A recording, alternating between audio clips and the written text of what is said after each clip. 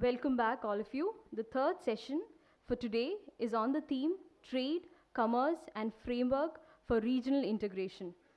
The session is chaired by Ambassador Anil Vadva, IFS retired, former Secretary East, Ministry of External Affairs, Government of India.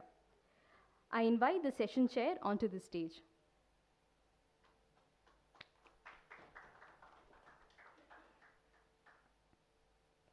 The speakers for today are Honorable Consul General Saravana Kumar Kumaravasagam, Consul General of Malaysia in Chennai, Professor Hemant Adlaka, Associate Professor of Chinese, Jawaharlal Nehru University, New Delhi, and Honorary Fellow, Institute of Chinese Studies.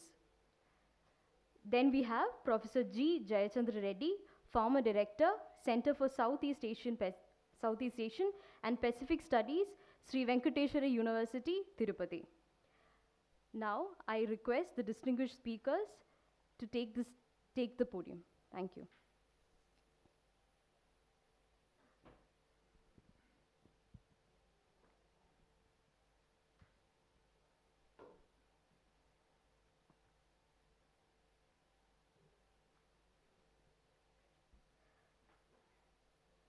The fourth speaker is Dr. Arvind Yelleri, Senior Research Fellow, Peking University, Beijing, and visiting faculty, Fuhan School of Management, Shanghai.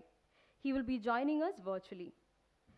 Now, I hand over the proceedings to the chair of the session.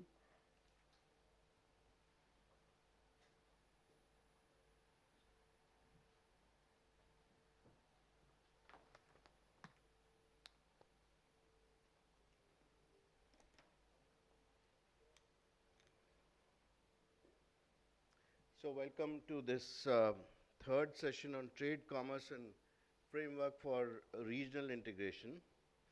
I'll just make 3 quick points, and then after that our panelists can start.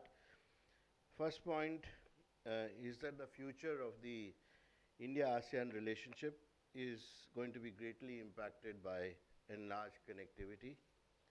So the challenges of regional connectivity deserve greater attention. For India, as we've already heard earlier, it's crucial that the 2 important projects on the Indo-Myanmar border are completed soon. That's the Kaladan multimodal transit project and the India-Myanmar-Thailand trilateral highway. Great potential exists for border trade, as we heard, from India's northeast region. And 4 northeastern states of India, Arunachal Pradesh, Manipur, Mizoram, and Nagaland, share 1,643 kilometers of border with Myanmar. Compared to the Sino-Myanmar and the Thai-Myanmar borders, the border points still have inadequate infrastructure. Rail connectivity of the northeast to the border areas and air connectivity through the major cities of the region to eastern India is still inadequate. Digital connectivity, of course, could be India's USP, given our experiences, but the Northeast itself needs to develop in order to be able to participate in the benefits from regional economic integration. So this is something that we've heard repeatedly earlier. Second point, India, Japan, and Bangladesh are in discussions to coordinate connectivity efforts in Bangladesh and India's northeastern states to attract regional value chains and manufacturing to the region over the next few years. So this plan includes adjusting tariffs, boosting connectivity, and jointly courting investments, particularly from Japanese enterprises, and bringing India closer to countries on the Mekong River system, such as Myanmar, Laos, Thailand, Cambodia, and Vietnam. And then, of course, Japan has been a major proponent of infrastructure projects in Bangladesh, as well as the Northeast. It is helping the Northeast, but also has helped build the Matabari port in Bangladesh, which will be used by the Indian Northeast in the very near future. Japan has also funded road connectivity projects in India's northeast provinces. Third point, ASEAN is recognized as a leading participant in the global value chains with very strong production networks established across its member countries. So India needs to invest more in building industrial capacity in ASEAN, creating production linkages between Indian operations and Southeast Asian suppliers, providing training and opening its own market access in restricted segments. The outcome would be creating regional value chains at different stages of industrial manufacturing and linked to services perhaps that could facilitate the relocation of production bases across India and the ASEAN seamlessly. SMEs account for 90% of total enterprises in the CMLV region. And India here can offer its expertise in developing the clusters there based on skill and resource endowments, institutional strengthening, and export capacity creation. So with these 3 points in mind, I would ask the panelists to speak to them or whatever else they need to contribute to this session, because it's a very vast area of discussions, and I'm sure we're going to have a very rich discussion. So now I'll... Yes, so I think welcome. And may I invite you to first take the floor and deliver your address. Thank you.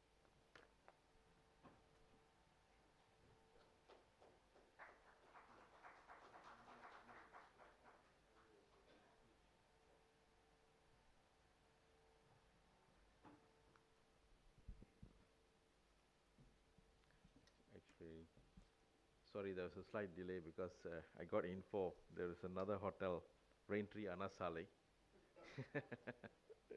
And I'm quite new to Chennai, about 3 months, so I got really just got clarified and reached here. Okay.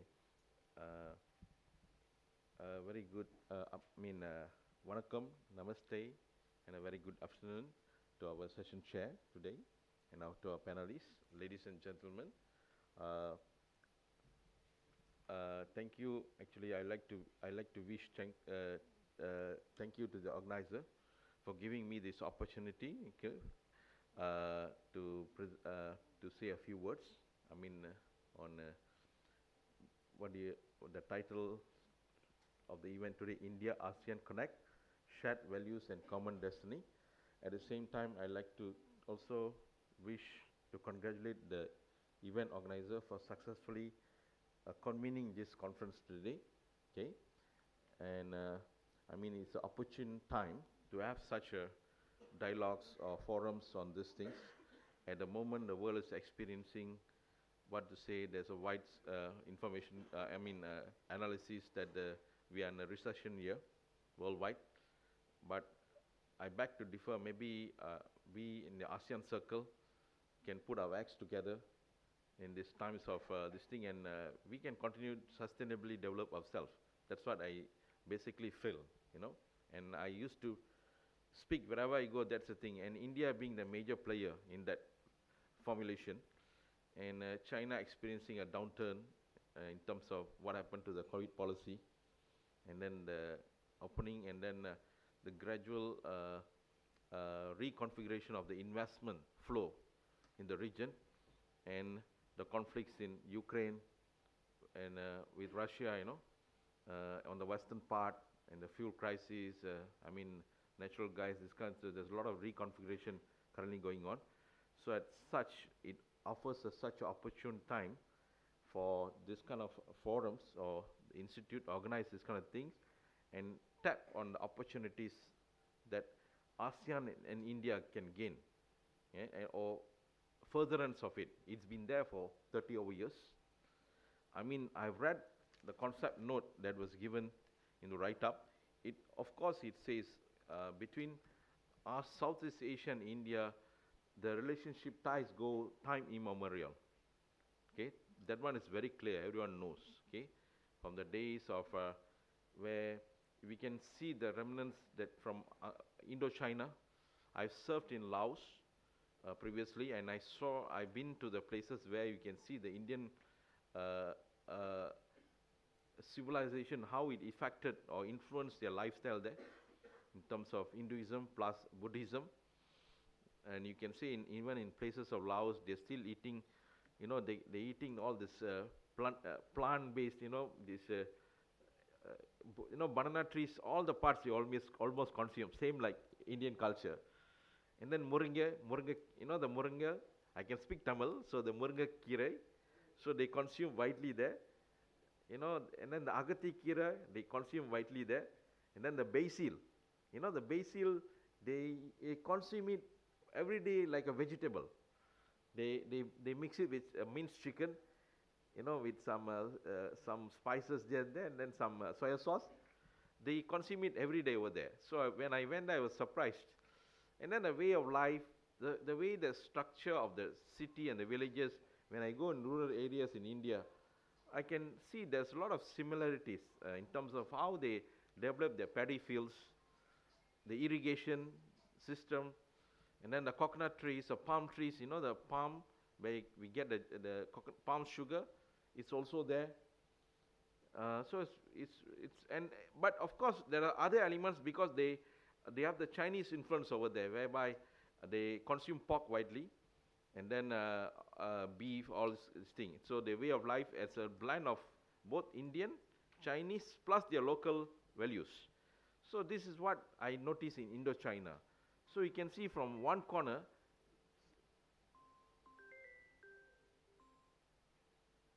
from another corner of all, how the Indian civilization affected another corner and how they have actually contributed to the well-being of that society at that time.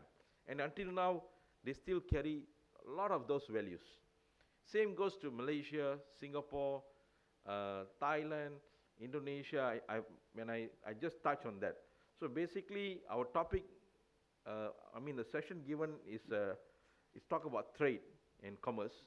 So I just say a few words when it comes to trade, what is going on in trade.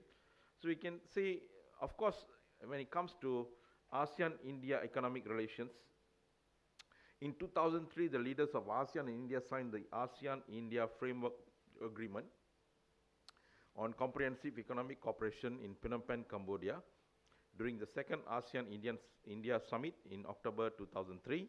Following the signing of the agreement, ASEAN-India negotiated the FTA in goods, which was signed in 13 August and implemented in January 2010. Okay. So since then, under the FTA, India has eliminated duties on about 80% of the products, while ASEAN countries offered tariff elimination of 90 over products. So this has happened from 2016 to 2020, gradual reduction, based on the agreement. It has reached 30%, 80%, okay, no tariff, but for Indian products, So this is a pattern, basically. So the trade pattern, what has happened is last 10 years, I just touched on some of the key points of what has happened, so I don't want to take much of the time. Over the 10 years, total trade between ASEAN and India have increased from USD 56 billion in 2010 to USD 81 billion in 2018, an increase of 43% over a period from 2010 to 2008 years, or period of 8 years. Okay, it's quite a significant increase. And then ASEAN's exports steadily grew from USD 37 billion in 2010 to USD 50 billion in 2018. That is an increase of 37%. So ASEAN imports from India has been fluctuating and only showed a marginal increase of 9%. The 5 major trading partners in India in ASEAN are Singapore, followed by Indonesia, Malaysia, Thailand, and Vietnam. And then among the 5 countries, we can notice Vietnam's trade with India has been steadily increasing over the years when it comes to ASEAN countries. So Vietnam trade with India has registered 290% increase from the duration of 2010 to 2018. Then overall, Indonesia, Malaysia, Thailand, Vietnam has been able to expand their exports to India over the last 10 years, except for Singapore, which has been steady increase, and last 2 years it has seen a decline with Singapore, but the other ASEAN countries are gaining a better trade foothold with India. So points, okay, Mainly, another thing I like to touch is products traded between ASEAN and India, because it will later I will tell how I will conclude what is my conclusion or the assessment analysis from what I've got, the information I have. So ASEAN's main exports to India: vegetable oils, petroleum, boilers, printing equipment, air conditioning, and machineries.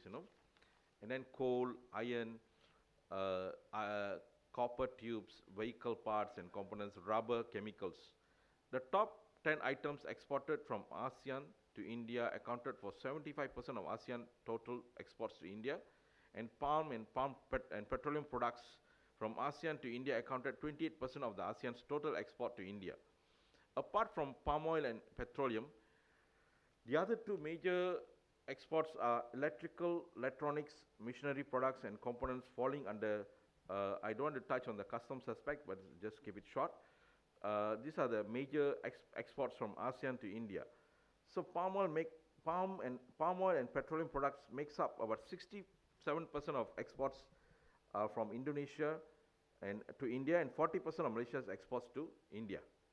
Okay, so electrical products, machinery and components are main exports of multinational companies from US, Japan, Korea in ASEAN. So shows the ASEAN-India are part of the regional and global value chain from these products. For ASEAN imports from India, ASEAN's main imports from India are mineral fuels, chemicals, jewelry, semi-precious stones and precious stones, electrical products, boilers, printing equipments, air conditioning, vehicle and components, fish, beef and beef products, and cereals and cotton. So these are some of the main feature of the trade that is happening currently. So the assessment, when I see the assessment of the trade nature or the trade aspects of it, so we can see the ASEAN's trade with India last 10 years has been mixed and fluctuating. Despite ASEAN free trade agreement, ASEAN's trade with India just hovered around 50 billion to 80 billion, or accounting for less than 3% of total ASEAN's external trade. So this further analysis will show that products traded are mainly narrow in range, and commodities that both ASEAN and India require. Over the last 10 years, there's a need to be diversification of exports or imports has been limited in scope. So we can see from the nature, there are just about 10 products that's being traded between ASEAN and India, and the scope here is very limited. So there's a room of more diversification of trades and products over here. So ASEAN's and based on India's imports, I will just based on India's imports from ASEAN are mainly, I would say, palm, petrol, chemical. These are main, machinery, rubber. The trend is likely to continue as India needs these products. Apart from that, of course, India is a major food producer, and when it comes to beef, meat products, and then textile, rice, and dried vegetables and jewelry. This is the nature of the trade between both region, between India and ASEAN. So moving forward, today ASEAN-India relationship has been elevated to that of strategic partnership, and areas of cooperation has been expanded and include political, economic, social, cultural, transport, telecommunication, agriculture, finance, and science and technology. Apart from the ASEAN-India in goods agreement, ASEAN-India has also signed ASEAN-India Trade in Services in 2014 and the ASEAN-India Investment Agreement in 2014. The market liberalization pursued under the FTA is leading to increased flow of trade of services and investment between 10 ASEAN nations and India is the 8th largest source country in terms of tourism from ASEAN. For ASEAN, 2.8 million Indians have actually visited, and just got a previous statistics until 2016. There's a growing trend in the of this tourism related services between from India to ASEAN countries. Air connectivity between the various cities in ASEAN and India have significantly improved to cater for the ever-growing numbers of Indians visiting ASEAN and ASEAN nationals visiting India.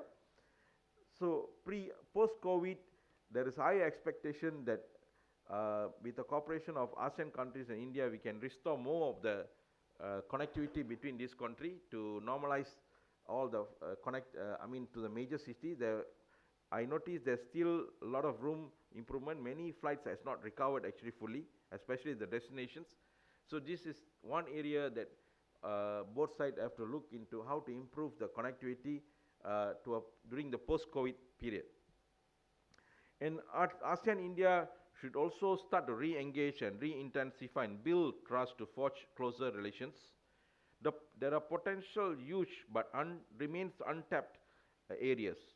ASEAN countries can identify products that can source from India, and based on what has happened during the COVID-19, opportunities are there for India to export pharmaceutical and medical products to ASEAN, and India also can be a major supplier of food products.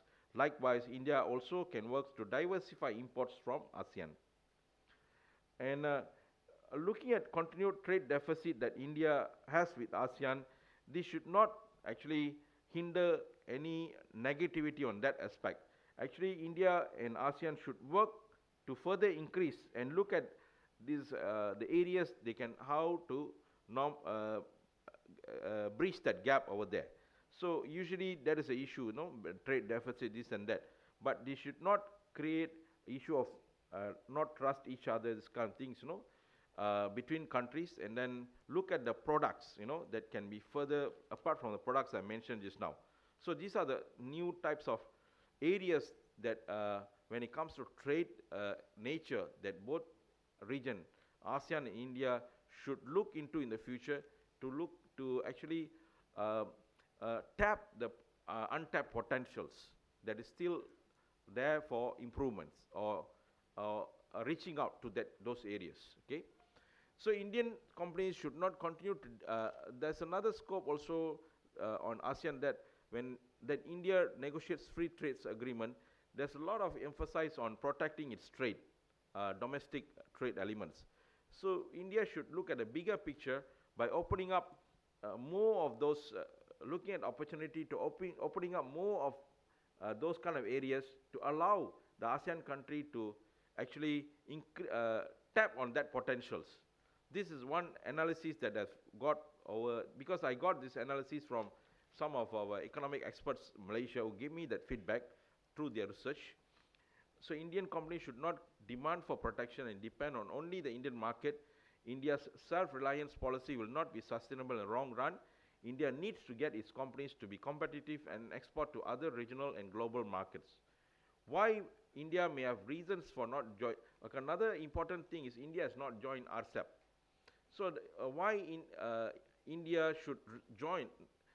Reasons, we understand India currently have reasons for not joining RCEP, but in the long run, it's not India's advantage, as the other RCEP members will take advantage of the absence of India to increase trade with ASEAN, and ASEAN-India trade may not increase significantly if this happens. So this is where that lobby should talk to the government to not to stay back, for a long time, and how to return back to that negotiating table and tap on the potential of RCEP. So RCEP offers Indian companies a strong base to move forward and increase their investment in other RCEP countries. ASEAN is concerned, another problem with ASEAN is ASEAN is concerned with self-reliance policy, as it seems India looks East policy may deter ASEAN companies from investing and setting up manufacturing operations in India. So the issue here is India have the issue of look East policy and make India, but at the same time they have a lot of trade protection practices, which actually hinders the ASEAN companies to move in and tap on the opportunities. So I'm just throwing these areas of what the findings from analysis and that I've got some inputs from my engagement with my trade experts in Malaysia. So I just would like to conclude my session that these are some of the challenges that maybe this forum should take up and come up with, I mean, one of the main objectives to actually put up policy options to the government in the future. So this could be one of the areas that you all can conclude and come up with a more open kind of concept to make sure India-ASEAN trade expands over the time and assist the world actually in this current time of difficulty the world is facing. With that, I conclude my remarks. Thank you.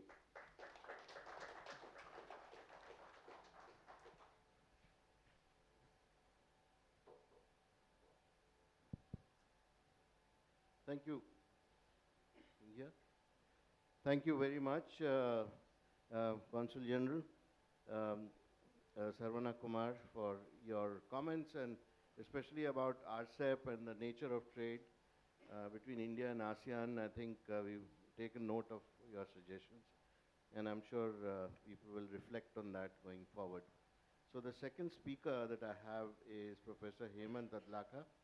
He's going to speak to us about reconnecting South and Southeast Asia, emerging strategic dynamics.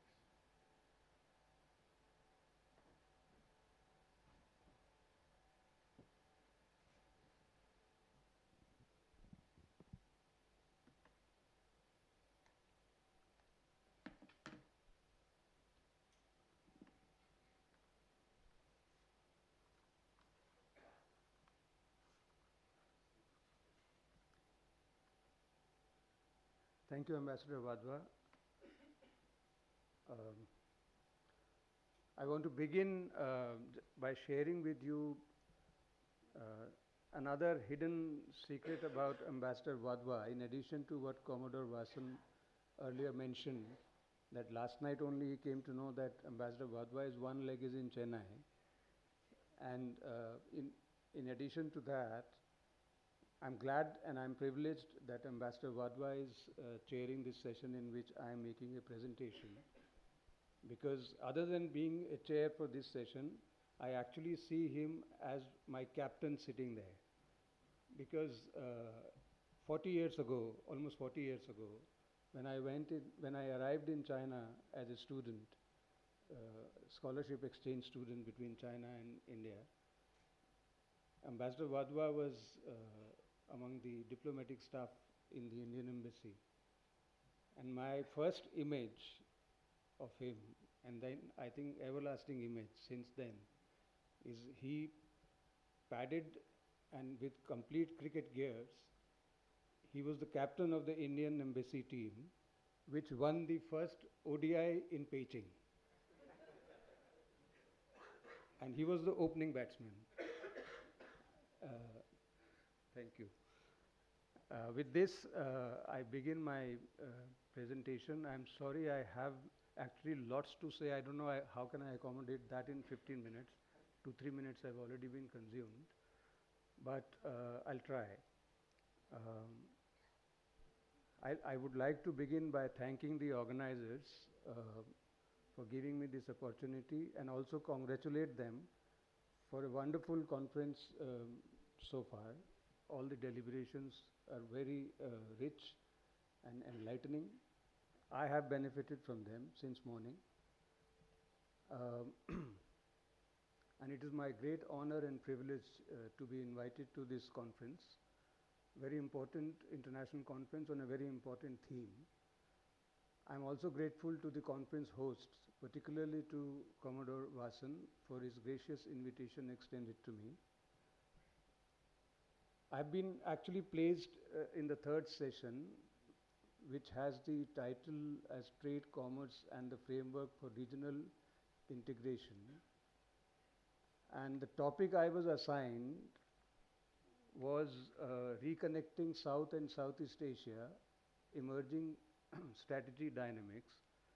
Ambassador Wadhwa already mentioned in his opening remarks as chair, that is a very vast area to cover.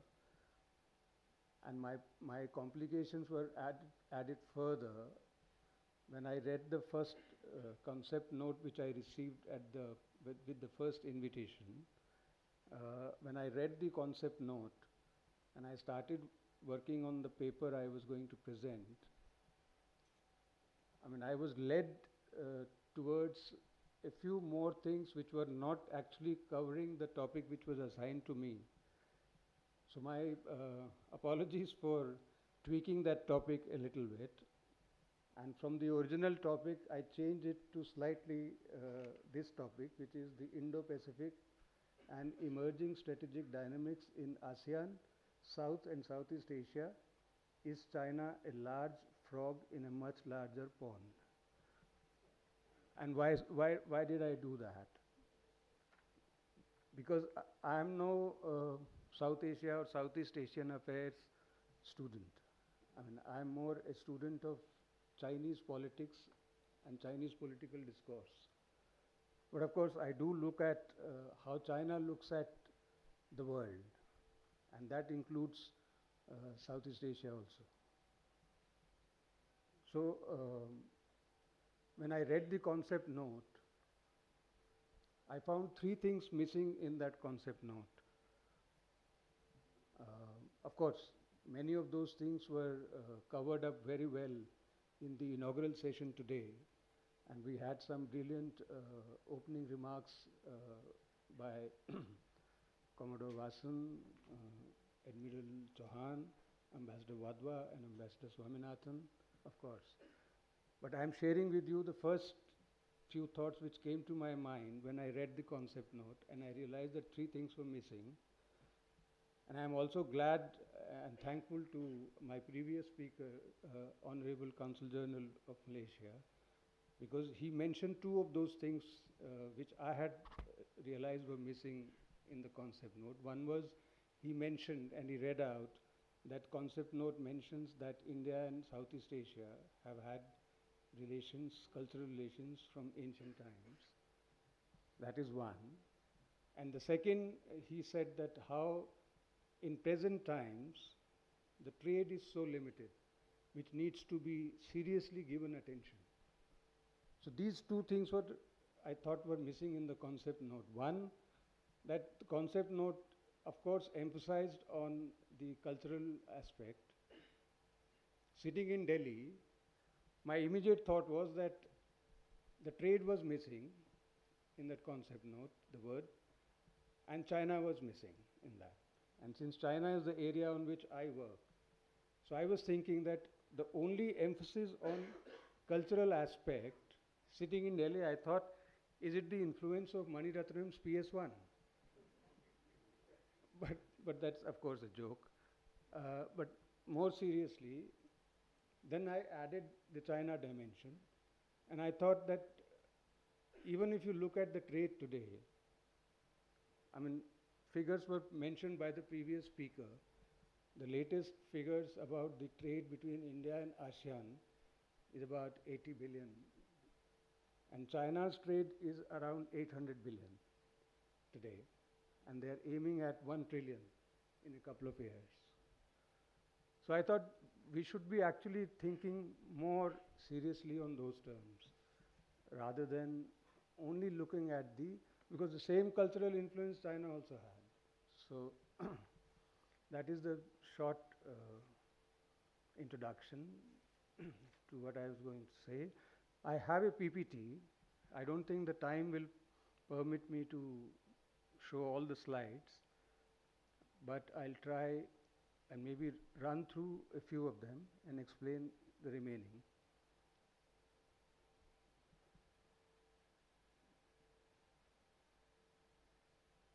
I mean, these are the early parts of my slides.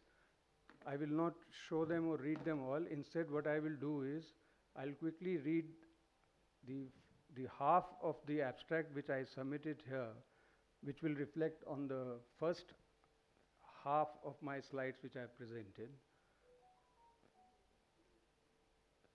Just please bear with me for a second.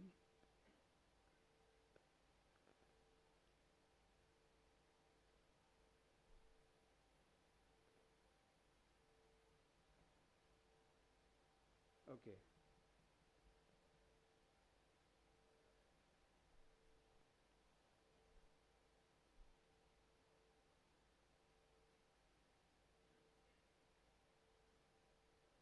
Today I'm reading from the in between of my abstract because abstract is also slightly long.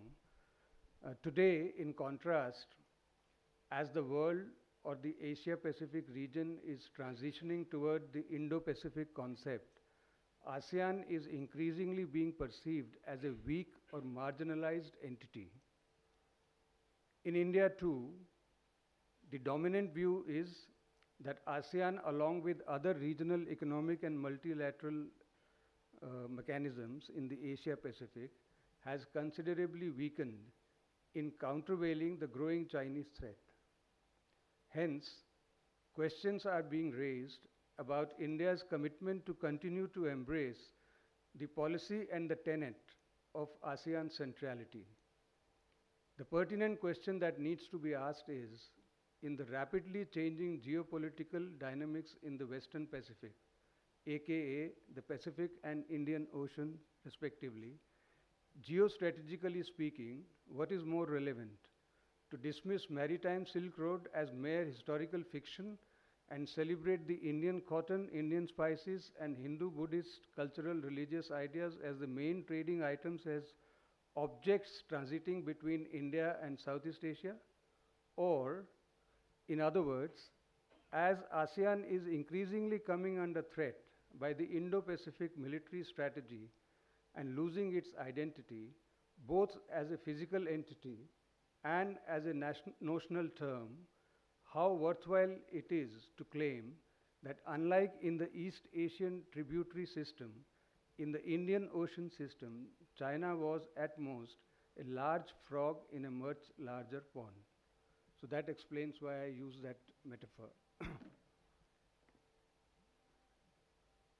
Now, to quickly go further, I mean, this is reflected in the abstract.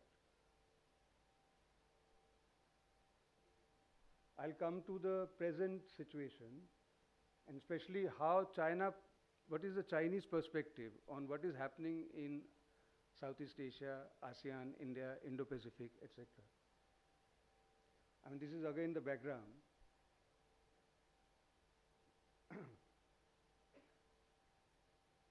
This is about India, ASEAN.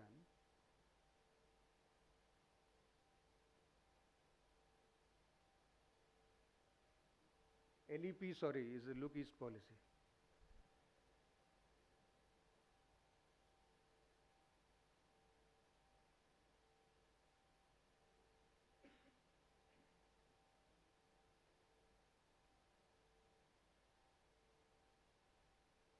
So this is the, I mean, more important, immediate, relevant issue today, which I thought I should be sharing with you. I mean, Indo-Pacific, I mean, we all know that how from Look East to Act East in 2014, 2015.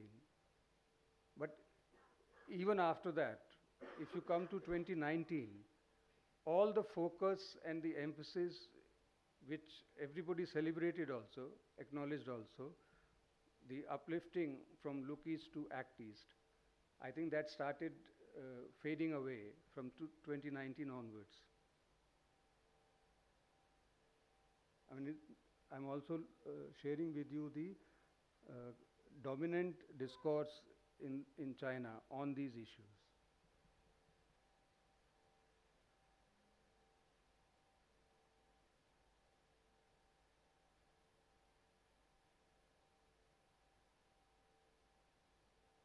So India, ASEAN, fundamental, because there was mention earlier in the day, in the morning sessions also, on the ASEAN outlook on Indo-Pacific, right? So what are, I mean, there are major differences between India and ASEAN, even on the Indo-Pacific, which in my understanding, I may be wrong of course, but in my understanding, that aspect of relationship between India and ASEAN is not being discussed seriously in the Indian debates.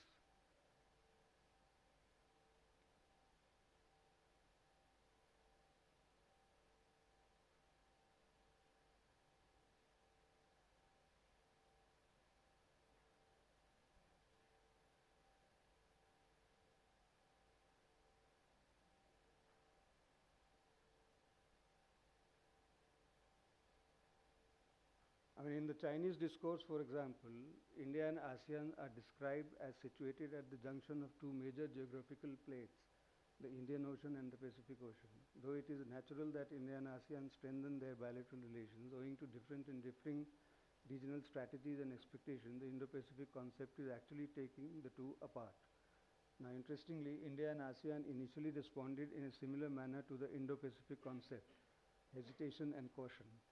But in fact, ASEAN is yet undecided and indecisive in its collective response to the Indo-Pacific. With the exception of 2019 Indo-Pacific Outlook document, it has not taken any further initiative on the Indo-Pacific. Largely due to the COVID pandemic, ASEAN seemed to have kept aside the Indo-Pacific issue. India, on the other hand, initially responded to the Indo-Pacific concept in ASEAN-like manner. In 2018, at the Shangri-La Dialogue, PM Modi, this was also mentioned by various speakers since morning, PM Modi welcomed the initiative and applauded its inclusiveness and openness. Modi's speech also portrayed India as a representative of an open and stable international trading system. In 2019, in NDA 2.0, India did a complete turnaround and became proactive in participating in power games between major powers. Though ASEAN occupies a superior central position and is irreplaceable in the Asia-Pacific region, it faces the danger of being marginalized in the Indo-Pacific. Indo-Pacific offers India the opportunity to strengthen its #1 position in the Indian Ocean region. Indo-Pacific combines the Indian Ocean and Pacific Ocean and also facilitates India's strategic expansion into the Pacific Ocean. So, conclusion, India and ASEAN have different perceptions of the strategic game between China and the US in the Indo-Pacific. As was evident in the LEP 30th anniversary event in 2021 or 22, in 1991, India needed ASEAN to break its international isolation and overcome economic crisis. In fact, this aspect or this element of India-ASEAN, I think is also now out of the discourse. We don't hear in the discussions the contribution which ASEAN made to bring in India into the mainstream after the end of the Cold War. Today, especially with the advent of the Indo-Pacific for India, the strategic and economic value of ASEAN has faded or fast fading away. Thank you.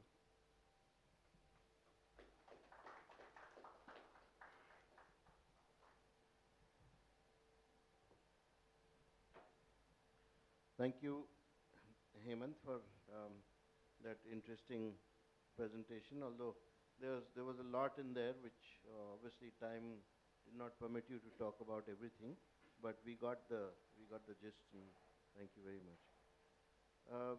Next speaker is Professor Jayachandra Reddy. He's going to speak on India, ASEAN, and Indo-Pacific, the framework for regional integration.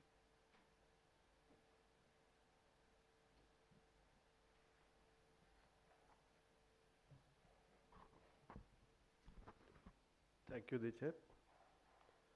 My sincere thanks to the organizers, Commodore Vasanji and his team. Just I received a call from Commodore Vasan a week days back. Would it be possible to give a presentation on this particular topic? And it happened coincidentally. Very recently I published a book in which I wrote a paper on why India ASEAN crucial to the Indo-Pacific. I thought that it would be no need of any preparation. It would be just giving a presentation. Then immediately I accepted to attend the conference. And here my job is so easier, at the same time it is too difficult. Because much has been discussed since morning about India-ASEAN connectivity. But at the end, we have only 2 papers regarding the integration. Whatever the exercise that has been going on since morning, it is all the ultimate, the destiny is to have better integration for the national interest or regional interest. So that is the very purpose of having all this these are the different dimensions for have a better integration. So once we seriously think about regional integration, again it requires many things. Politics or geopolitics never be static, is too dynamic. So therefore, the foreign policy should also be changed from time to time, how it suits to the demands from different corners of the globe or regions or countries. Considering all, just I want to make it very clear. It is necessary to understand the background from where we have to establish. Indian foreign policy has not come to this stage overnight. It has come, it took many decades. So therefore, it is better to have a better understanding about the background of the area where the geopolitical scenario, how it has been shaping.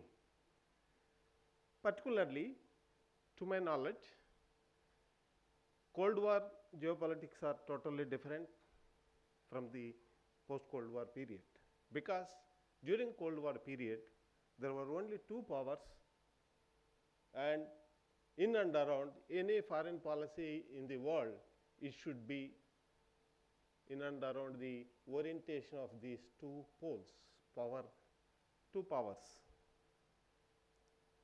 And geoeconomics was not this primary objective of Cold War period. Geopolitics, how we should win the enemy, how should we win the battle or war, or suppressing the opponent, winning the game, political game. Because of these reasons, the foreign policies are also very static. It was not so dynamic. Whatever says for America and its group, they follow it. Whatever the policy of foreign policy of USSR, that should be followed by its group. That is, of course, a different history. Now, during the post-Cold War period, and every country has got geopolitical independence. Because of this end of Cold War, immediately India has launched its lookist policy. And here, later on, the lookist policy has been changed into actist policy. And many of our friends, they consider these two are one. But I don't accept it. These two are different policies. The lookist policy has been changed into actist policy. My perception is the actist policy still it is on. We are looking at the West, acting in the East. So this lookist policy we have to apply to the West. Actist policy it should be concentrated in the East. So therefore, this is a very simple background to be, and here it is very clear that the difference between Cold War period and post-Cold War period, and we are about to enter into the second Cold War. I don't know, it is many, there are many debates around the world, different perceptions are there, but the geopolitical scenario currently what is happening around the world, it appears to be there are more potentialities for another Cold War. But again, the Cold War period of 20th century will be totally different from Cold War II if it is supposed to be happening. Why? In the Cold War period, these two powers, they ruled the world, but the proposed or expected Cold War of 21st century will not be limited to only two powers. The third power will be middle countries, middle economies. They have more say than the two powers, in which India is in the forefront. Because of end of Cold War, because of Indo-Pacific concept, India has got enormous opportunities to play unlimited game in the global geopolitics. It is up to India now to decide to what extent it can go, what is the intensity of its political game, but the scope is unlimited. Under these circumstances, now let me come to this, why again India and ASEAN are crucial in the Indo-Pacific concept. Let me say concept only, because it is not institutionalized. Much of rhetoric has been going on Indo-Pacific, but it is not, still it has not been institutionalized. Therefore, it is, and why the US has changed its stand, its foreign policy from Asia Pacific to Indo-Pacific. It is known fact that to contain China. To contain China, China has been expanding its maritime domain into the Indian Ocean. And the Indian Ocean is going to be crucial in the 21st century. And we have been talking about 21st century of Asia, at the same time this Indian Ocean. In the 21st century, without Indian Ocean, you can't find any geopolitical scenario or architecture. Therefore, Indian Ocean needs to be considered seriously into the US geopolitical architecture of 21st century. Therefore, it has been coined Indo-Pacific in the place of Asia Pacific. It is nothing but extension. So, why India has been considered, it is very clear, because of its naval capacity, its potentialities, military, economy, geographical location of India in the Indian Ocean. So, all these geographical advantages are being considered to invite India to play a better or bigger role in the emerging concept of Indo-Pacific. It is true. As I said, enormous opportunities have come to the doorsteps of Indian foreign policy. Yes, we too realized to intensify the activities instead of looking at the east. Yes, again reiterate, we are looking at the west and working at the east. Seriously, that's why we changed the nomenclature of our foreign policy, Actist policy. Now, activities are also intensified, but it is not up to the mark, of course, that it takes some more time. So, under these circumstances, this foreign policy is changing on par with the demands from global geopolitical scenario. Then ASEAN. ASEAN being located geographically for two reasons. ASEAN is a critical partner or player in the Indo-Pacific. Why? It has been a natural bridge between Pacific Ocean and Indian Ocean. Ignoring ASEAN, ignoring Malacca Strait, nothing can be possible to any country or any regional group. Because of sorry, I can understand. So the paper has come. So because of I am trying my best to minimize, but this is a huge color to paint. But if I paint here and there, you feel that it is not properly painted. If I started painting seriously at one place, so no, the other part, you are not allowed to paint the other part of this color. So, of course, of course, we can make use of the discussion part time, whatever I left over. So, under these circumstances, India, ASEAN, by their geographical location and economic potentiality and their credibility, that is more important. India has its own credibility at global level. ASEAN has been proved its successful regional group after EU. Because of these reasons, India ASEAN should work.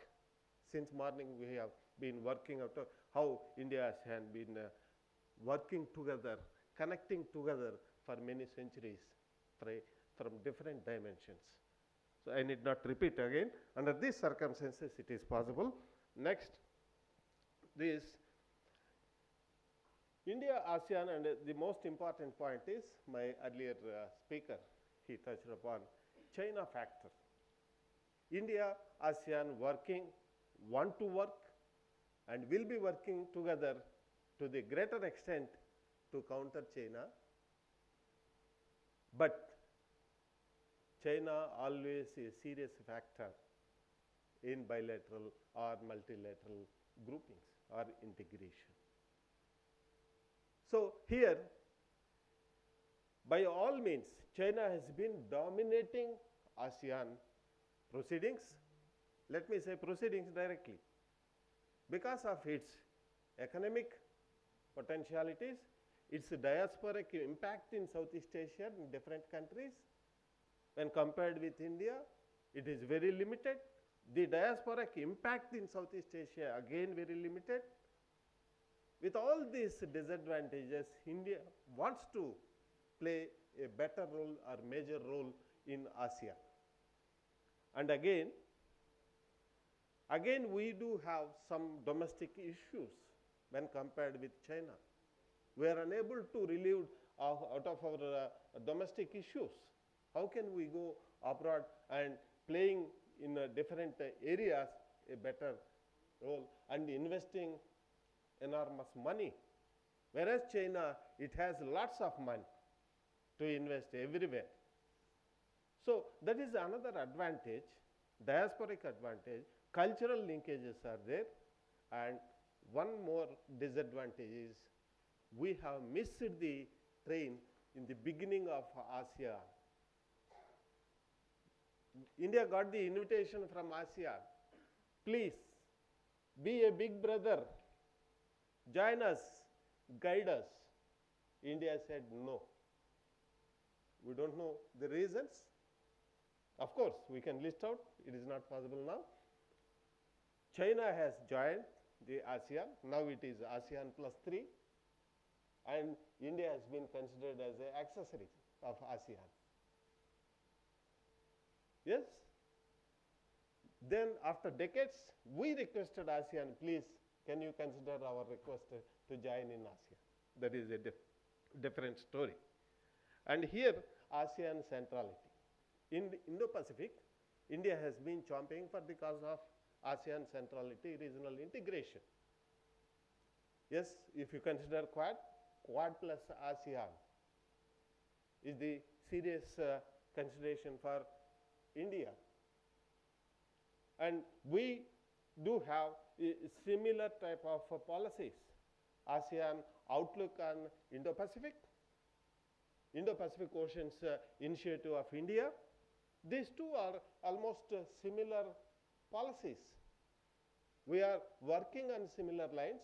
We are walking on the same direction, and we are looking at the expected goals. But the problem is integration. This integration, how? As I said, it is only concept. There is no institution. There is no someone who should contact. Where should contact?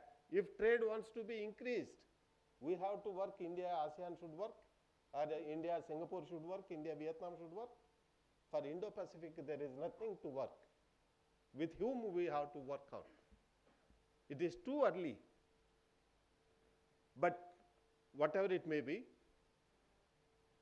the US presence in the Indian Ocean, the US and its allies' presence in the South China Sea are very much needed. Just I am highlighting, I am not going into the details. So at the same time, why we need the US presence? To counter China in the Indian Ocean. Similarly, to provide some security for ASEAN countries. Majority of ASEAN countries are climates of South China Sea. So under this, all this blue economy is another emerging area for cooperation and integration. So whatever, I am extremely sorry, whatever the doubts that you have, that we will have during discussion part. Let me stop here. It may not be good. Yeah, sorry. Thank you, Professor Reddy. I think we will take up your remaining points. The part of the canvas can be completed then. Okay, so I think we have Dr. Arvind Yelleri, who's waiting. He's online. Yes, so we'll go to him. He's going to speak about regional cooperation, supply chain, and emerging global production. Thank you, Chair. And with your permission, I would also like to thank the organizers, Commodore Vasan, for inviting me. Though I'm participating virtually, but I think I'm very much in Chennai with all of you. And this is a very important topic, but I think we all are running short of time. So I think I'll just speak about the brief things which I want to talk all about. I think apart from my first introduction about how the regional cooperation is an important thing and the two important variables, the supply lines and production chains, one has to understand the concept of regionalism, which initially emerged in the 60s and 70s as a response to globalization. In both forms, the regionalization or regionalism try to work with globalization. For example, in the globalization 1.0, 2.0, the regional forces, regional cooperation was seen as a response to globalization and make the regional partners and the regional actors benefactor and then come together, initiate or synergize their needs and try to drive their own economic integration. So in both the models of regionalism, whether that is anti-globalization or pro-globalization, the regional cooperation was essential and was a key figure. Over the period of time, all the regional cooperative mechanisms and frameworks worked at growth engines. And then we are looking here at the Asia-Pacific region. And then we look at the East Asian Regional Cooperation, which is centered on ASEAN, and they have been functioning the different frameworks, ASEAN plus 3, then we have EAS, we have ARF, and so on and so forth. Going forward, this thing, the two important aspects of my paper, which is based on a primary hypothesis, is that the supply chains in last 20 years, in the first quarter of the 21st century, has changed tremendously. And I have used the word that the supply lines have been shortened. Gone were the days when the Harvard Business Reviews and Bloomberg and McKinsey, Deloitte would say that, there are multinational companies, transnational companies which need to have the longer, circular, more earlier supply lines and the production lines. Those days have changed, starting with the East Asian financial crisis, 2007 and 8 global financial crisis, BRI, then coming forward to present situations, thanks to President Trump. You have the US-China trade. Then you pandemic and then post-pandemic, what we see is next was that we have a shortened supply line, and most interestingly, along with the shortened supply lines, we have the vertically integrated production lines. And what is unique about this thing are the two important factors. First important factors is all about the factors. What are these factors which have led to the rise of new regional cooperation? Either largely we can say that Indo-Pacific, or we can say it ASEAN plus three, or we can say that our I heard officials speaking from the Malaysian side, saying that India should give away the protection policies. But I think ASEAN has been groomed enough with China for last 20 years with all the benefits and trade. It has gotten access to the market on the mainland, which India does not have. And India is struggling with that. I think considering that India's option to keep its reservation towards RCEP is, I think, very valid. And let me bring up one more point over here. Uh, when the U.S.-China trade triggered and Vietnam was winning, ASEAN was winning, there were a lot of investigation were put by the Congress committee, U.S. Congress committee, and they noticed that ASEAN has been used as a channel by the Chinese manufacturers and Chinese supply lines to navigate the products to non-Chinese markets or non-Chinese um, market backyards. Okay, so those are going to Europe, going to US, but all going from China, produced from China. So the important thing which has changed the nature of the regional cooperation in past uh, 22, 23 years are essentially by the productivity factors. Now, productivity factor is something even if President Xi decides to change, he won't be able to, unfortunately. As a result of it, if we see productivity, which is a critical determinant of cost efficiency. Now, if you put India and ASEAN together and then you talk about the regional cooperation, you would see that that productivity factor is trying to play an important role in bringing these two important actors on the horizon. Because if you talk about the capital, you talk about energy, you talk about material, you talk about personnel, China is no more up to date. Well, China is no more the place where the production houses, production bases would try to base. You talk about Taiwan, you talk about Japan, US, or any other countries which used to flock to China are trying to diversify. Number one. So that's a productivity factor. Second important productivity factor is the market and the consumer orientation. Okay, which these two factors have been at the core of regional cooperation. Now, if you look at the complete genealogy of regional cooperation in past 60 years, from 60 to 22, 62 years, you would see that the entire significance of market and looking at the market and the marketer, one. And the second thing is the consumer orientation has absolutely changed. If I quote the Harvard Business Review in its magazine May 1983, an article by Theodore Levitt, he says the world's needs and desires have been irrevocably homogenized. This was year 1983, and we are year 2020, 2022, 2023. It has inverted. The saying, the perception to look at the market has absolutely inverted.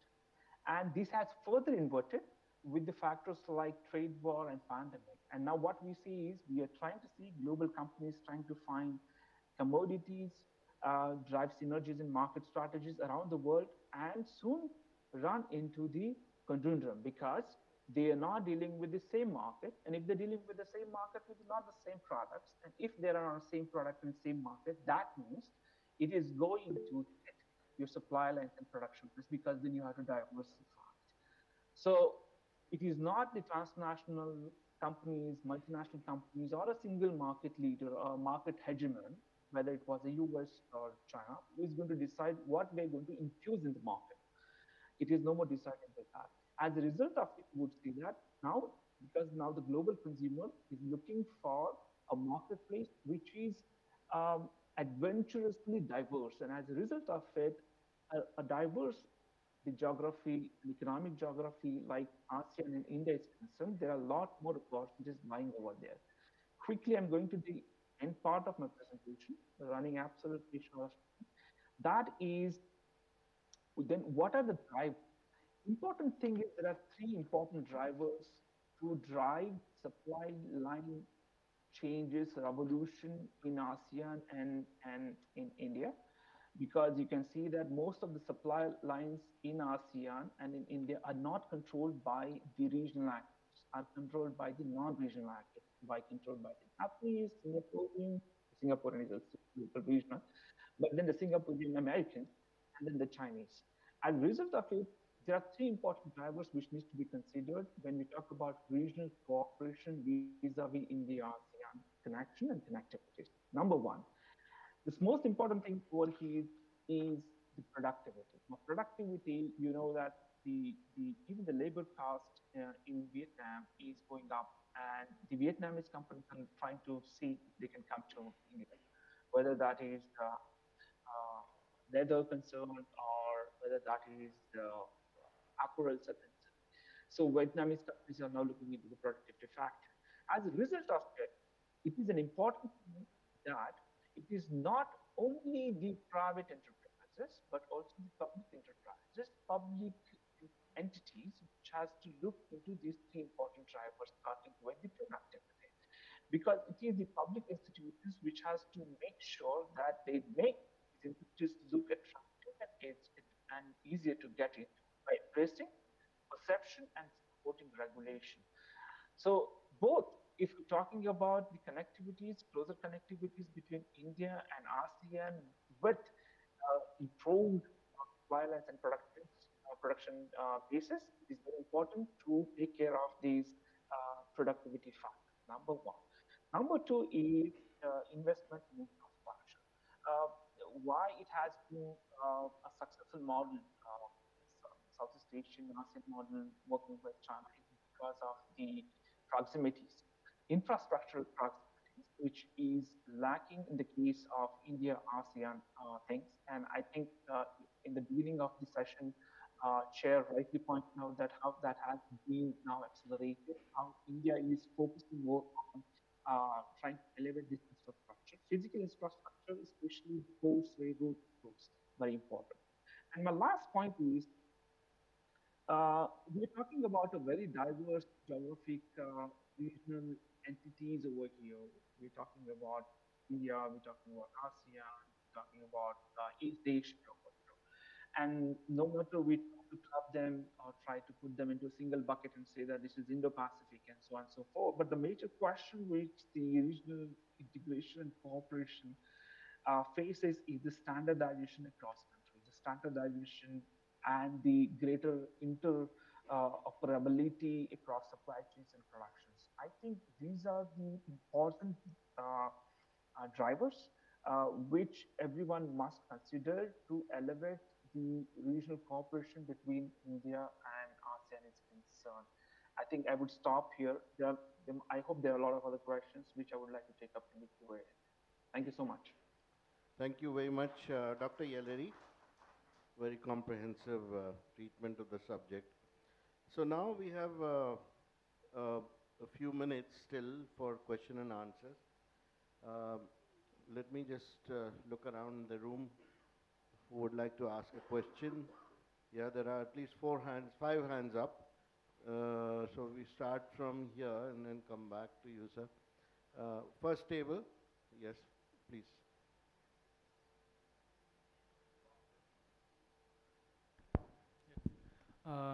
Good afternoon, sir. My question is addressed to Professor G. Reddy, sir. Sir, you said that India-Asia has the geographical advantage. There's a lot of scope for economic relations, deepening economic relations. But sir, one blockade that India faces, especially with respect to Malaysia, is the lack of political trust. There's a political trust deficit, especially with respect to the actions of Mahathir Mohamad. He supported Pakistan during the battles. Even in 2019, the UNGA special session, he raised the issue of Kashmir. And especially after that, India stopped importing palm oil, and after that, the entire initiative of palm oil in Manipur came in because we want to be independent. So how does India cross the political trust deficit, which is more important if we have to deepen up our economic engagements? Thank you.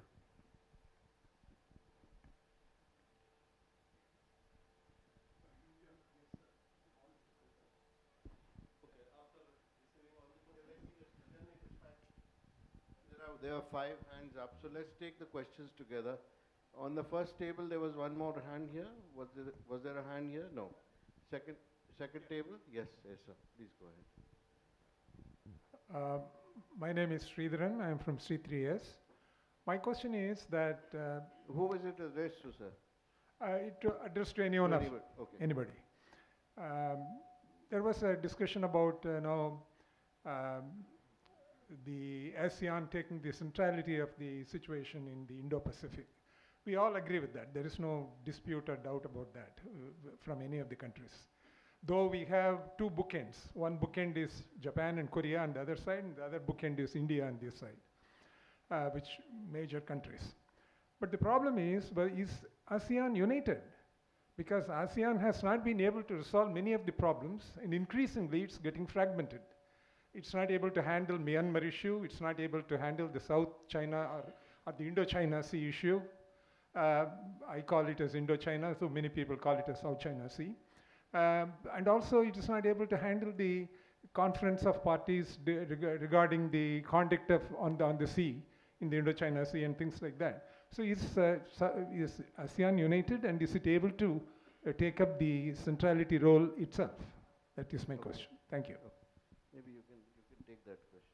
Okay, there are two hands Sir, up. I have a question. Yeah. So my question is to the Malaysian Consul General. Sir, like after the AUKUS was signed, because several countries, like Southeast Asian countries, including Malaysia, they expressed concern over the AUKUS agreement. The first thing which they said was they fear militarization of the entire region, the Southeast Asian region. So, but whereas if you see some of the countries, they are procuring more like military equipments like so far. Like for example, recently Singapore, they unveiled 2 Kelvin-class submarines. So, like what does Malaysia prefer right now? So, do they prefer to equip themselves to fight against the aggression in the South China Sea, or what would they do? So, how is the foreign policy heading forward? Okay. Right. So, we've taken note of that. 2 more questions at the back, and I'll come to you, sir. One. Yeah. Please.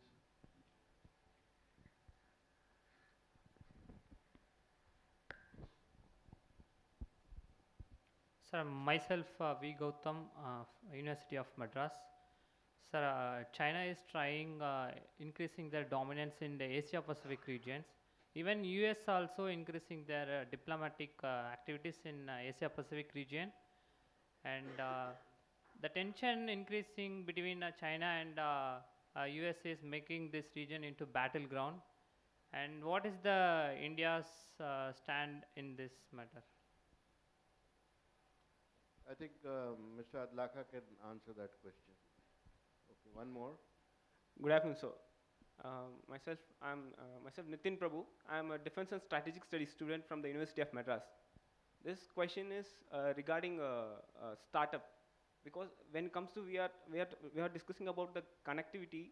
I mean in various aspects, but we are missing about the startup potential, because we are considering India as the third largest startup potential, that we are good at making these frugal investments.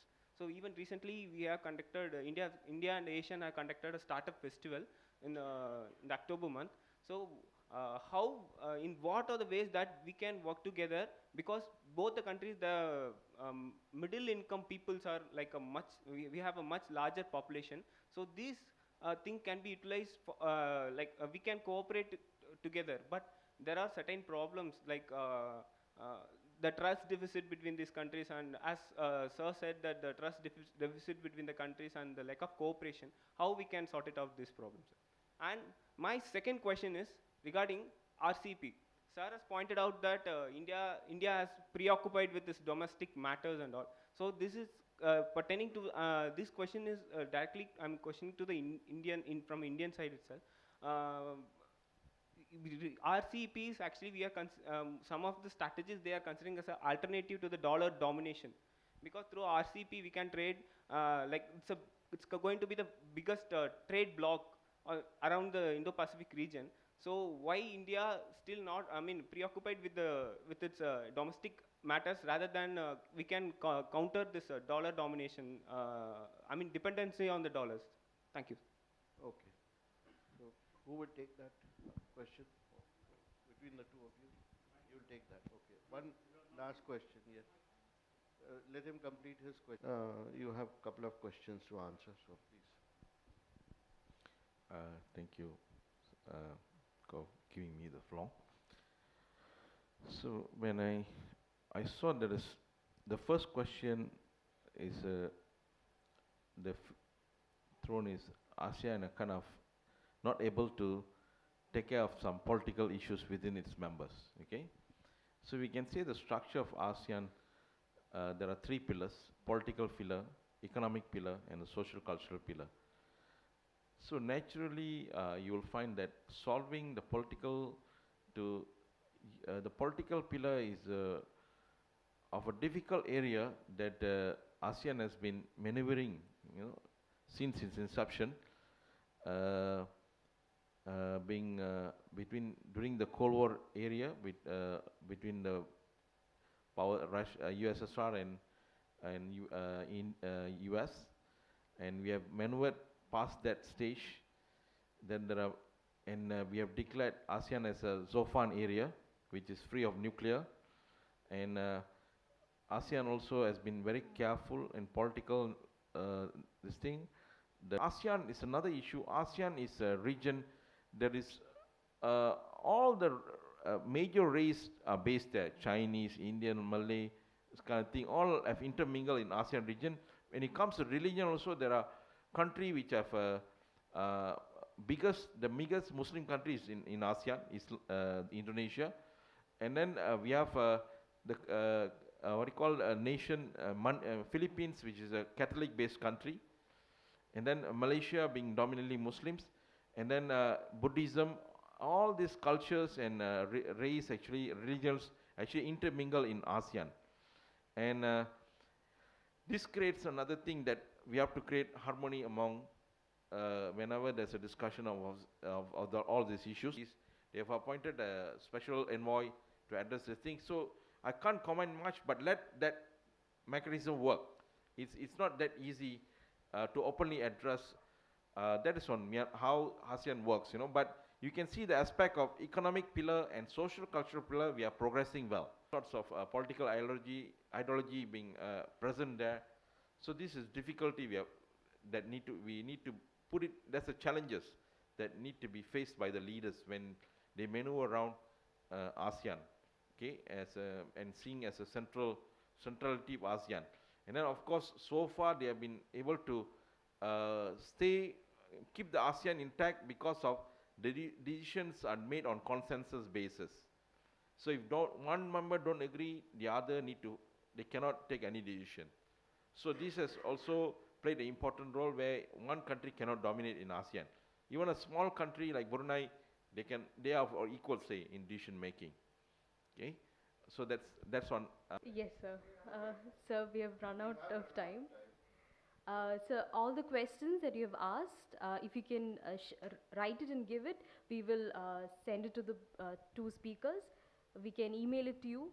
You can write your email address and give it to you. We can email the responses to you. Yeah. So thank you very much, sir. Okay.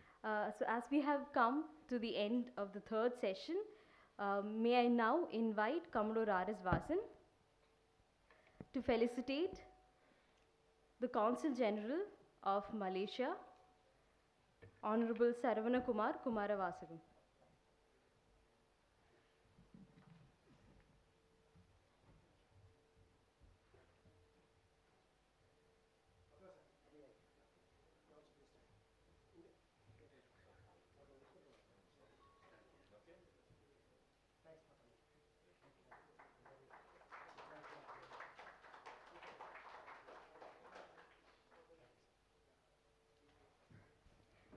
May I now request Ambassador Anil Vadwasa to felicitate the distinguished speakers.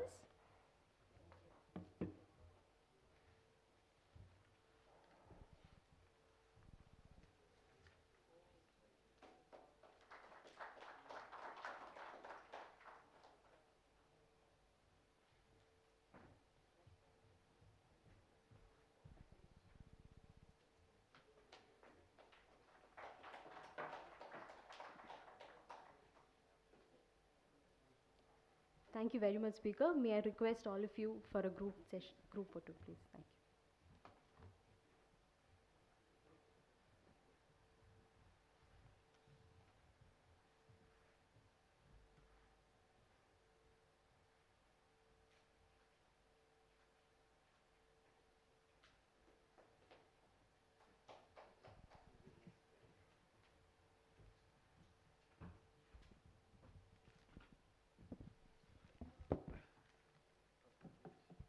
May I request the distinguished speakers to take the seat in the audience. Thank you.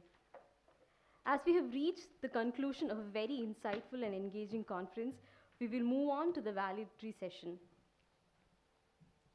I take this opportunity to invite the Honorable Consul General of Japan to India, Taga Masayuki, to deliver the special address. Over to you, sir.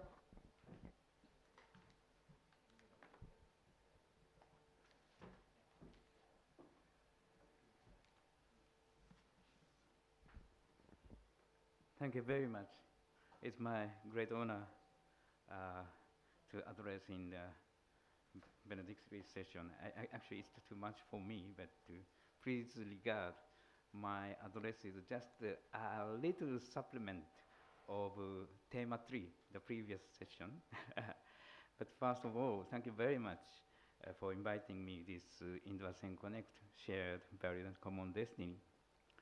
Actually, since I'm a Consul General of Japan, and I served long years in Japan's relation with India, so most of the time I talk about Indo-Japan relation.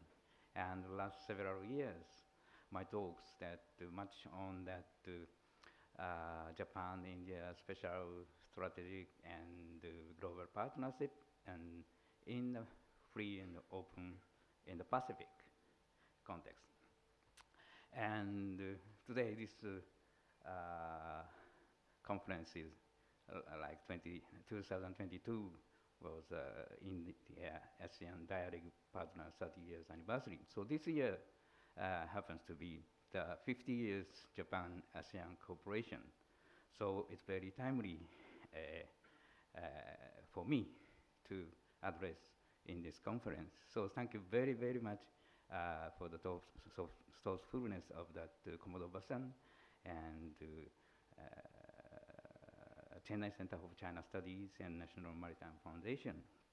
Actually, in the inaugural session that I had address of Admiral Chohan, and while talking about various aspects of Indo-ASEAN relation, conceptual, strategic, and in a final comment, he mentioned about engaging, or what can I say? He said that the importance of engaging with Japan as partner in Indo-Pacific Ocean Initiative and ASEAN outlook on the Indo-Pacific in his comment. And I think this is the reason why I was invited in this conference.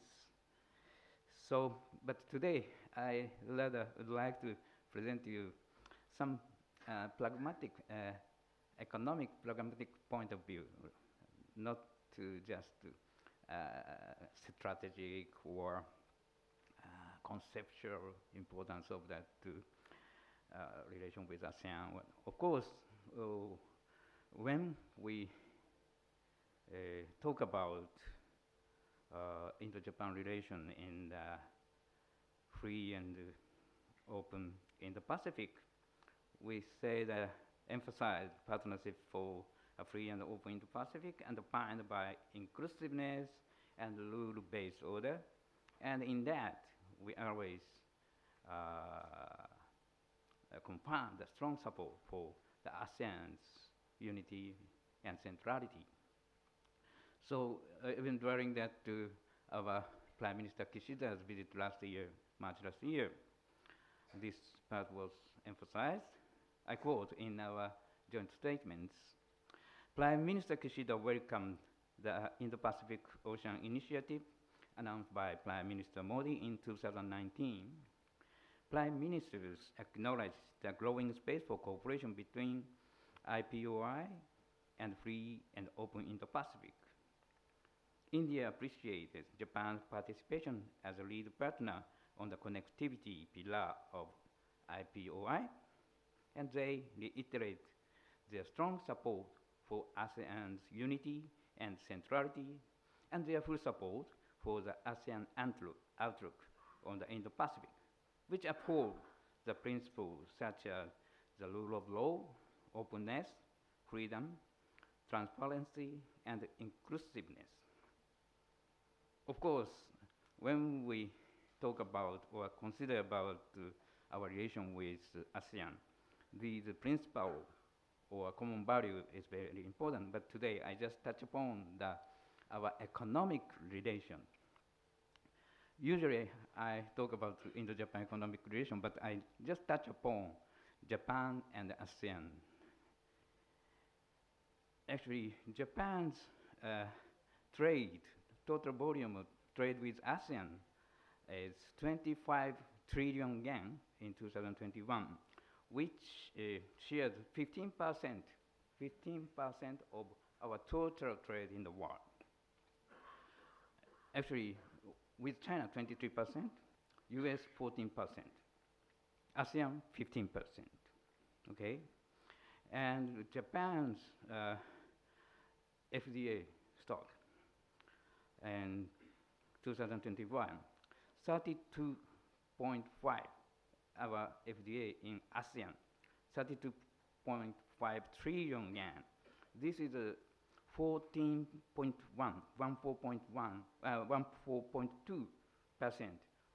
of our total foreign investment in the world. This is more than China's, more than our FDA to China. And from ASEAN, seeing from ASEAN side, Japan is that trade with Japan occupies 8%. And in ASEAN, we have more than 13,000 Japanese companies and 200,000 Japanese living there. So this is what our economic relations or how our involvement in that ASEAN countries. And the other side, I talk about Indo-Japan. When I talk about only Indo-Japan relation, I emphasize today and the past, okay? 5 years ago, 10 years ago, this amount, but now increase such investment, increase such much, and also the company, Japanese companies number is much. But I just tell you the fact, the figure. As I said, that in case of ASEAN, we have more than 13,000 Japanese companies. In India today, we have less than 1,500 Japanese companies. And Japanese trade with India, both export and import, 2.2 trillion yen. Okay, with ASEAN we have 25 trillion yen. So this is just 1.2% of Japanese overall trade, and from India's point of view, only 2% with Japanese trade. Yeah, but my point is not this figure. I like to introduce one research finding by a Japanese professor. I recently heard from him, and it's very interesting. That's why I mention you. That is the importance of Japanese multinational corporations in the world and the Japanese multinational corporations in India. And actually, Japan, I spoke first trade. Japan's overall trade amount is 156 trillion yen. And among them, the Japanese multinational corporation in the world just deals 88 trillion yen. But if we consider the activity of these Japanese multinational corporations, including sales to the world, export to the third countries, and procurement in the world, import from the third countries, and all those economic activity of the Japanese multinational companies, the total volume of economic activity is 480 trillion yen. That is almost Japanese total GDP, or more than 3 times of Japanese total trade with the world. And if I look to this one, to Japanese company in India, okay, I say Japanese trade with India is only 1.7 trillion yen. But those Japanese multinational company in India, their economic activities, like accumulating in the World One that I incorporate these sales to the India or export to the third country and blah, blah, blah. It's 5.7 trillion yen. Okay, these companies only deal with Japanese trade with Japan, only 0.25 trillion yen. So if only you see the trade point of view, okay, still not much. But actually, if you see, I'm talking about bilateral, Japan and India. If you see the Japanese multinational companies export to the third country, it's 1.2 trillion yen. Okay, Indo-Japan export and import is 1.7 trillion yen. But Japanese national companies, through Japanese national company corporations, export from India to third country is 1.2 trillion yen. So actually, we always emphasize how Japanese company in India is contributing and making India. But at the same time, this shows how Japanese companies' activity contribute to the India's trade, or especially to the export to the third country or to the world. If considering these 2 parts, our strong economic relation with ASEAN and these Japanese companies' activity in India, so in economic relation, that trade and investment, expansion of trade and investment between India and ASEAN is quite important or good for Indo-Japan economic relation as well. And if the expansion of the economic relation between India and ASEAN is win-win for all Japan, India, and ASEAN. So that's why the betterment of the connectivity or strengthening of supply chain is all beneficial for all of us. So I repeat that if only we see just bilateral trade, sometimes that some people only try to focus that bilateral, okay, Indo-Japan trade deficit, Indo-China, okay, Japan-US trade, Japan-China. But today's global economy, if we really try to understand our total strength of economic strengths, that we have to see those wider aspects, not only just focused on that adding of bilateral trade aspect that Indo-Japan or Indo-Singapore, but rather those activities by multinational corporations. Today I just mentioned about Japanese national corporations, but I believe that Indian multinational corporation in ASEAN must be very, very quite substantial activities or contribution is doing for the economic of ASEAN as well. So I believe maybe, I guess, that those India's multinational corporations in ASEAN is also making great contribution to the economy of ASEAN, and those can also promote more trade and investment not only between India and ASEAN, but for the world economy. So I just wanted to this one small point. I'm talking about not much about that strategic importance, or but yeah, I hope that through these economic relations, strengthening or expansion of economic relation between Japan, India, and ASEAN, which will definitely strengthen our strategic or conceptual or strategic relation based on that our common values. So my point is a little bit maybe can be related to RCEP issue, but today I don't talk about RCEP, only say my government wishes that India will come to RCEP, but I know the thing. But the point is, if only thinking about bilateral trade, and but actually I don't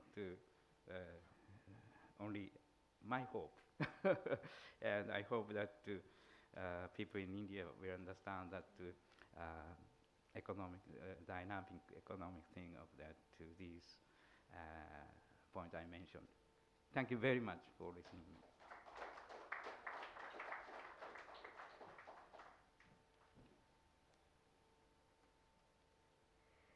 Thank you very much, sir. May I now request Kamaloor R.S. Vasan to felicitate Honorable Taga Masayuki, Consul General of Japan.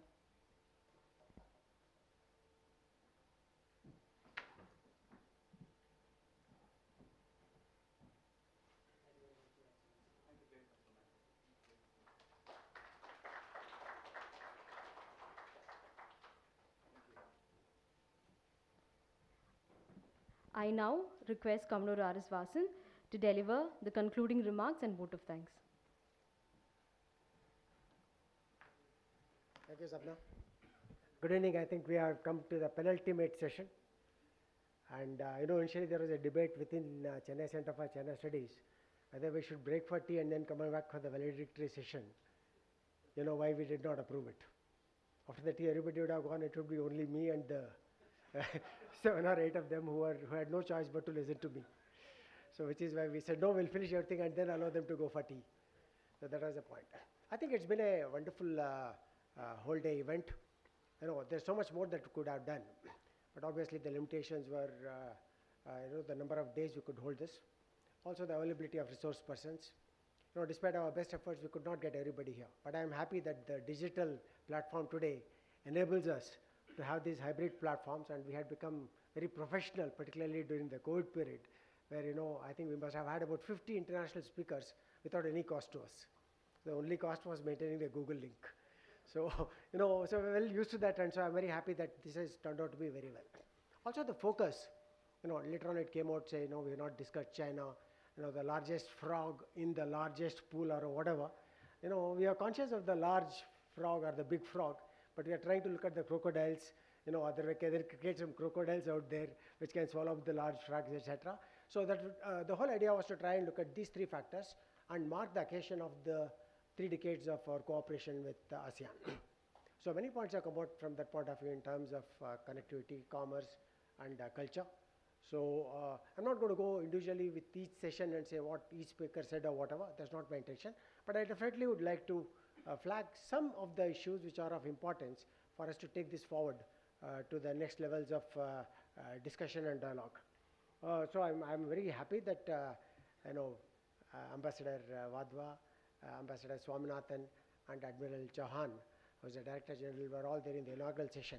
And many key points were given, and in fact, the presentation by Admiral Chauhan not only looked at just the India-ASEAN Connect, but looked at the larger perspectives of the Indo-Pacific. that was important for us, which Ambassador Vadhu also referred to the 7 pillars. It was important to identify which way we are headed, what role ASEAN would play in the scheme of things in Indo-Pacific. So from that point of view, I would say that we are very grateful to all the 3 keynote speakers, theme speakers, who gave us these wonderful insights into how they looked at the India-ASEAN connectivity in the larger framework of the Indo-Pacific. And then the first one obviously was about cultural connections, another outstanding session, I must say, because to start with, we had from the ASEAN Study Center, Yusuf Ishaq Institute. You see, the 2 points which I take from that lesson was about her recommendation that India should embrace the RCEP, though we have our own concerns. Now, she said, no, if you liberalize and stop protecting your economy within the borders of India, maybe you'll do better. Okay, there's a point for discussion, we'll take that. The other point that she made was also about the utility of ASEAN to India in terms of its Act East policy. It's an important component of our foreign policy. So happy with that input.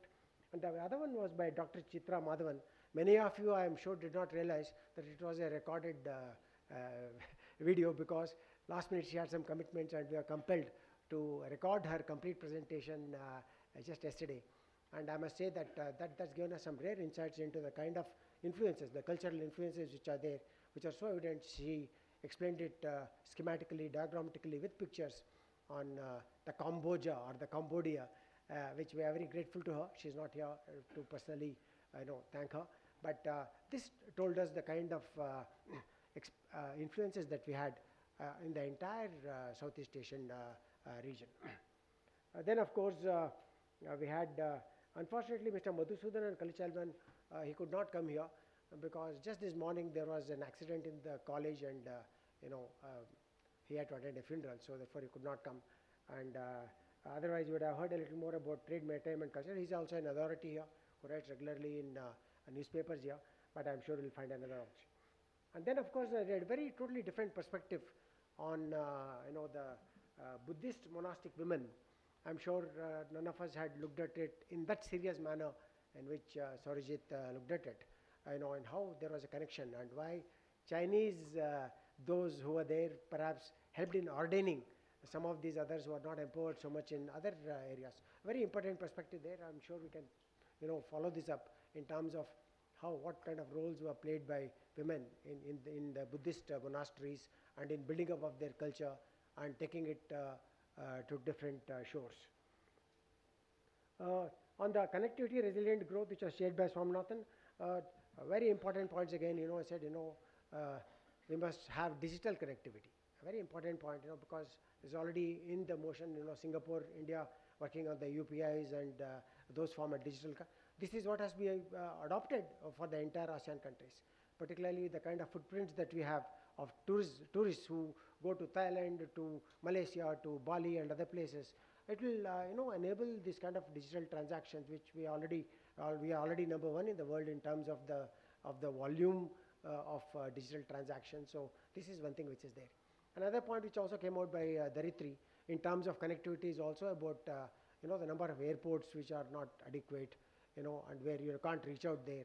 And we've been talking about the famous Indo-Myanmar Thailand project for I don't know how many decades, and many of you have been attending conferences would have heard this in every conference. So the fact is that when you are talking about look east to act east, I think the pertinent question that was raised by Raintree was, what actually has happened when you are talking about act east? Have we really done something about this, or are we still looking east and pretending that it's act east? There's a pertinent point that is there in terms of our connectivity, land, air, sea connectivity, and digital connectivity now, which has been introduced into the entire perspective.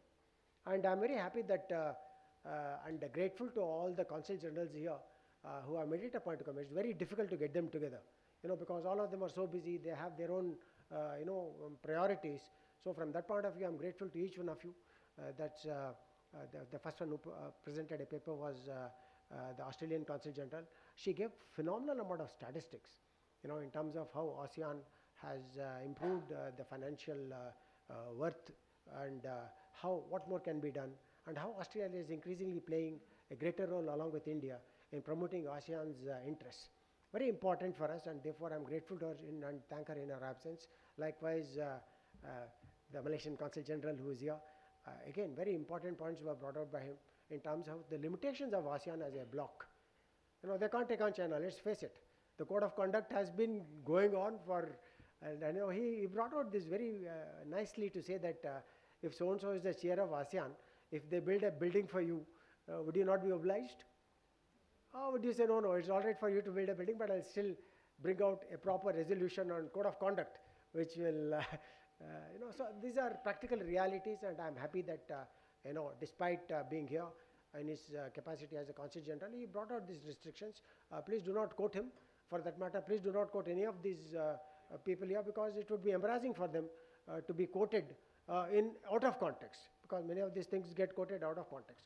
So please do ensure that whatever was said here is virtually under the Chatham's House rules. So from that point of view, the initiatives that are taken by Australia, they're reaching out to the region here in a big way. Bala and Selvi are in Andhra University last month, and they are reaching out to the student community, the business community, the cultural hubs. So this is something that every other country, I'm sure, will look up to, because India is, after all, a growing economy. It has its stature, and everything seems to be working for India, and this is the time for greater investments from ASEAN countries, and for us to engage likewise and reciprocate some of the goodwill measures that are initiated by them. And again, coming back to Dr. Daritri, many of the students here have greatly benefited from your presentation, Daritri. Thank you for that, because not that they're not interested in the Northeast, not that they do not want Northeast to develop. It's just that, they're in a cocoon in some of these cases. When you get a first-hand report, such as the one that you have given, that makes them aware. And I was telling some of the students at lunchtime to say that you are the guys who are to take this forward. As and when you get into whatever positions you get into, you can become a businessman, you can become an IAS officer, you can become an IAFS officer. But the point is that you are the people who need to take this forward and not leave it in the stagnated place that it's in. Then, of course, another important presentation was made by Sakoja, an old friend of mine from the Navy days, and who thereafter became an academician of sorts. The point is that he spoke extensively about maritime connectivity. We are talking about the Indo-Pacific. Finally, what is the Indo-Pacific? The confluence of these two oceans. And therefore, whatever existed that earlier, including in the Bay of Bengal, very concentrated. I'm not sure how many of you are from Orissa, but even otherwise, many of you would be aware that even today, we have the famous Bali Yatra. The Bali Yatra is in Mahanadi. On the Kartika Purnima day, Purnima is full moon day. On that day, the complete town virtually goes to Mahanadi river, and they allow the symbolic boats to float through this with lamps. What it signified was that there was this trading community which waited for the winds to change, and their boat set out to Southeast Asia for trading. And that practice existed well before we spoke about ASEAN. So this is where that we have not really realized the full potential of the northeast monsoons which was there. Luckily, we are looking at connecting the rivers. We had that river cruise which is taking place now, which all of you are aware. So, we have to find greater use for our inland waterways, for trade and traffic. In addition, also in the Bay of Bengal, where, in addition to the IMT and whatever else we have these transshipment hubs, which was an important point that was made by Vijay Sakoja, because it's just not there. Imagine that all the fruits and perishable goes to Bombay first and then goes to Northeast. I mean, is it logical at all? So I'm sure the people out there, my friend Captain Bangara is sitting there and he would be laughing at this entire thing. But he says, as far as I'm concerned, it is the profit that I earn from transshipment. So whether you take to Timbuktu or whether you take to Bombay and then take it to Northeast is not my concern. The point is that it's the policy maker, who has to look at this and ensure that we overcome these bottlenecks which are there in creating those transshipment hubs.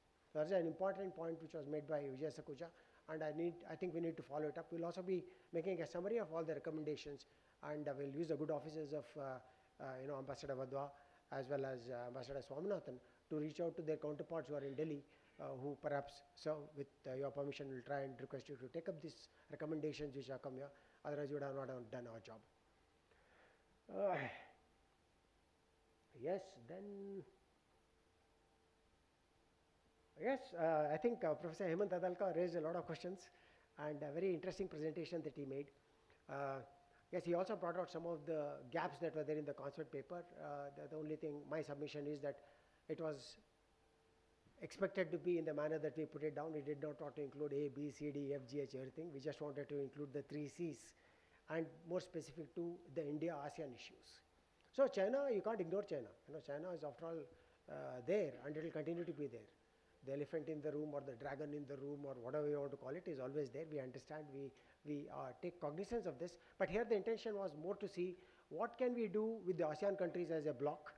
Because of the existing mechanism, some of them were also shown in the slides by Admiral Chauhan, you know, the ADMM Plus or the East Asia Summits and other places where there is a forum that's available for looking at ASEAN. But more importantly, the point that was made by the Malaysian Consul General is of importance. Not only are we to try and see what avenues are there for dealing at the ASEAN level as a bloc, but we also need to be looking at the bilateral issues, which is what is happening. You know, so there are things that happen at the bilateral level, and it's not that all this can be replicated at the ASEAN level. You know, whether it's FTA, whether it's RCEP, or whatever you want to talk about, it cannot be replicated. There are limitations of ASEAN as a bloc, which he so succinctly brought out. So I think being conscious of these limitations which are there, we need to be able to now force those alliances at the bilateral level, but also at the subgrouping level within the ASEAN. You know, we have some excellent relations with Singapore, we have good relations with Malaysia, Indonesia.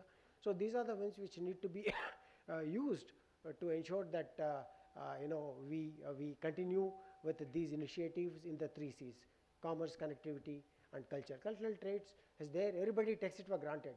No, we've been there 10,000 years ago. But what's the use of being there 10,000 years ago if you're not being able to leverage that cultural connect of millennia today? That is the point of relevance, and I think this point has come out in many other presentations to say that don't just live on past glory and say everything is fine. You know, we had great historical, we have our temples there, we have our Buddhist viharas, etc. But what is it today? You know, how is that somebody else is trying to hijack the entire thing while India is perhaps in a better position? Obviously, we not realized our own core strengths, and this is where this conference perhaps is of use to knock our heads ourselves and say that we need to do something differently and better. So I think there is one important one which was made by Arvind Dilleri. I don't know, he's an authority because he's also been teaching in Beijing University, Peking University, etc. But the point is here, many of the points that are there are of great relevance to the India's charting of the future course in terms of how we need to promote these 3 Cs with ASEAN. Now, you can't ignore China. So what China is doing will obviously impinge on what your own policy directions are. So we need to take that into account and then start doing something which I'm sure all the senior ambassadors who are there, including some of the members who are with us as members, will contribute because of their own excellent experience around the globe. All right, so that's it. And again, a special thanks to my good friend, Consul General of Japan, you know, who's taken the trouble to come here and deliver the special address during the valedictory session. And again, very important points, and I'm not going to repeat all of them. The point is very, very clear that everybody recognizes India as a major player today, you know, whether it's in Asia or whether it's in the Indo-Pacific. The new construct of Indo-Pacific obviously demands that India is recognized for its place, for its worth, whatever it is. But India would need to work with all the players. You know, you don't expect this, somebody else will come and take all the initiatives. You know, if he walks 2 steps, you should be able to walk 3 steps towards him. Only then can we arrive at some kind of meaningful solutions to our challenges in the Asia-Pacific or the Indo-Pacific, whatever you want to call it. So again, that's all that I had to identify some of the flagged issues during this excellent conference. All that remains for me is to thank all the people who made this possible. Special thanks to the team, that's Bala, Sapna, and Dev Jyoti, and others. Just stand up, all of you guys. You all deserve a big hand. Stand up, Bala. I know you're tall. It's all right. So I must thank all of you for, no, they were really pushed to the limits. So they were running around. So I'm sure they enjoyed being pushed to the limit because The next time when they do something like, they will not be pushed to the limit. They would have gained from the experience over here. So, but thank you guys. And Devjyoti, a special thanks to him and a big hand of, he's a photographer, wildlife photographer. And you know, just 2 days ago, I told him, I said, get on with it and do this, keep this ready. So we're trying to see where to fit this, but luckily or unluckily, one of the speaker could not come, and so we had enough time to show his complete video on this. He had made another one on Buddhist religion, but we could not show that due to time constraints. But well done, Devjyoti, and it was really something which went into what is the commonality, including in the flora fauna, you know, which not many people talk about. So that was an important thing which is there. Thanks to all the outstation resource persons who come here. And I know you may have been put up to some difficulties. Please bear with us. Particularly, I think your flight was delayed to we had no control over it, you know. So therefore, I'm happy at least there was some hot water and tea available to you when you came here. So thank you, all the excellent people. And again, thanks to our own members who come in large numbers and the students. We make it a point in Chennai Center for China Studies to ensure that there are at least 5 students from each colleges who come here, because it's pointless trying to convince myself with all this gray hair there. I would rather try and see if I can. So big hand to you all for joining here and raising some pertinent questions. And thanks also to the Raintree. This is the second time we are conducting. Thanks to them for all the support that's given. Thanks to you, Karthik, for facilitating the visit of the Consul General and others. Jayachandra Reddy for coming from Tirupati with the blessings of Venkateshwara for C3S-NMF. So I'm not taking everybody's name, but thanks again to the people in uniform. Every time I see these youngsters in uniform, I want to get back into the white uniform. You know, so every time when I see them, I said, why am I not in the uniform? Why am I not like a, you know, sub-lieutenant or a lieutenant today? So thank you for taking me back in time and space to my days in the Navy, and thanks for coming in big number. If I left out anybody, come and tell me, I'll separately thank you. Thanks to the media for covering it well. I think there were 2 or 3 of them wanted to have some interviews with you, but I think they ran short of time, so they ran away. But we'll put you in touch with them so that they can. Thank you, sir, and have a wonderful time. As they say, oh, one more thing I forgot, the most important. This is, every year, the C3S was the first or the only think tank in India that started having a lunar year's conference. You know, at the time of the lunar year, we said we will have a conference to mark the occasion. So, well, the relations were better with China. We called it the Chinese New Year. That was 4 years ago. So we said, no, sorry, it's not the Chinese New Year. No, they have no single claim over lunar. It's a lunar New Year, because it's so celebrated in the rest of the East Asia. So 2 years ago, we changed the nomenclature, and whatever we do is during the lunar New Year. It is just 2 days away from here. Wish you all a great lunar New Year. Thank you. Jai Hind.